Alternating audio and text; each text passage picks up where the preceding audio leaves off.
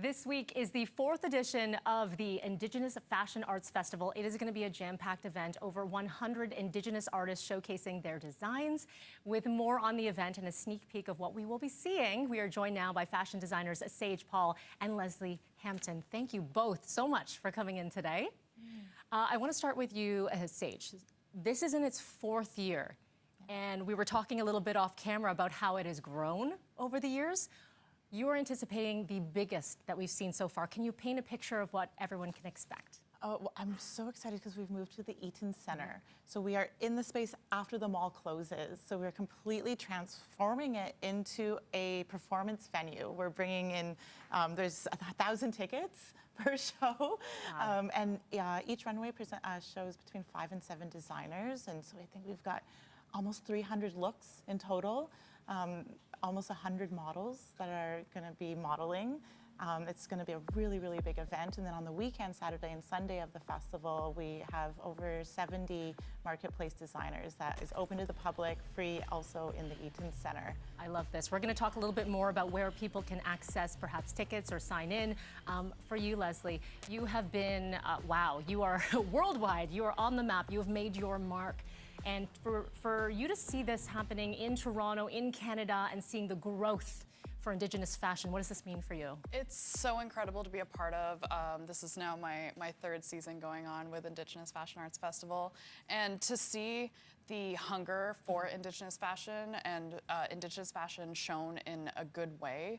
Often there's ways of misrepresenting us, and for a show to be by us, and for the general public to really experience Indigenous fashion, figure out what's appropriation, what's appreciation, and coming to a show like this, it is Indigenous appreciation 100%. I love that. The theme, reverence and conviction, powerful. Sage, explain for our viewers what that means for you.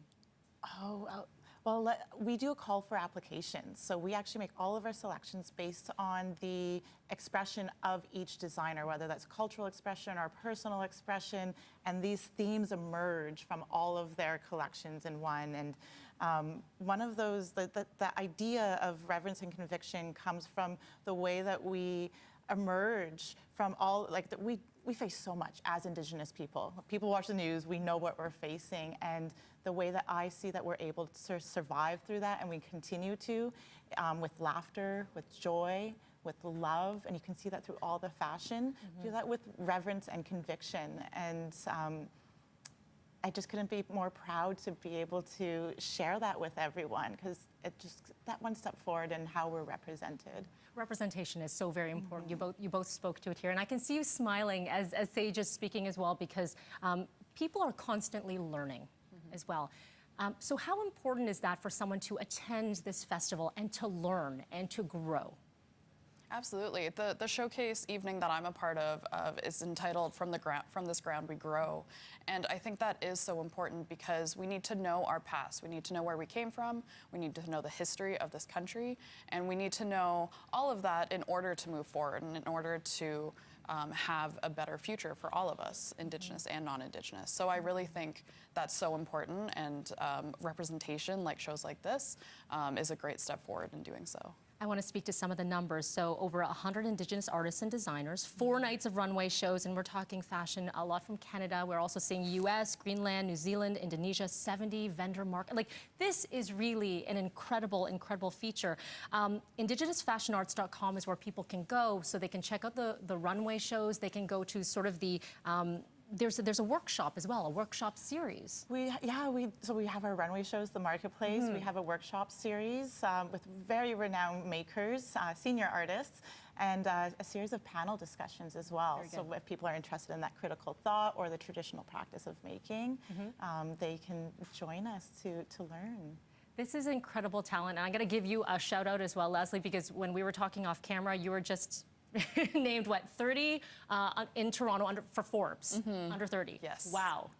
We've seen a lot of your designs. You're wearing one of your beautiful designs today. We saw in John Tavares, on Lily Gladstone, incredible representation on a worldwide stage. So finally, for the both of you, what is a message you want to leave our viewers with to attend the festival or when it comes to their learning?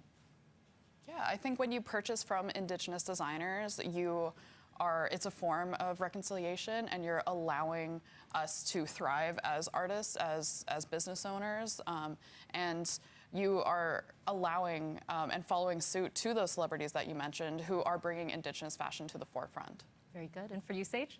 I just couldn't agree more. Like, our Indigenous fashion has the potential to be what puts Canada on the map for fashion, and I think everyone can be a part of making us be a part of that. I love it. Rogers is a proud presenting sponsor running May 30th to June the 2nd. Please do go to indigenousfashionarts.com. Thank you so much to the both of you. Thank you. Thank you.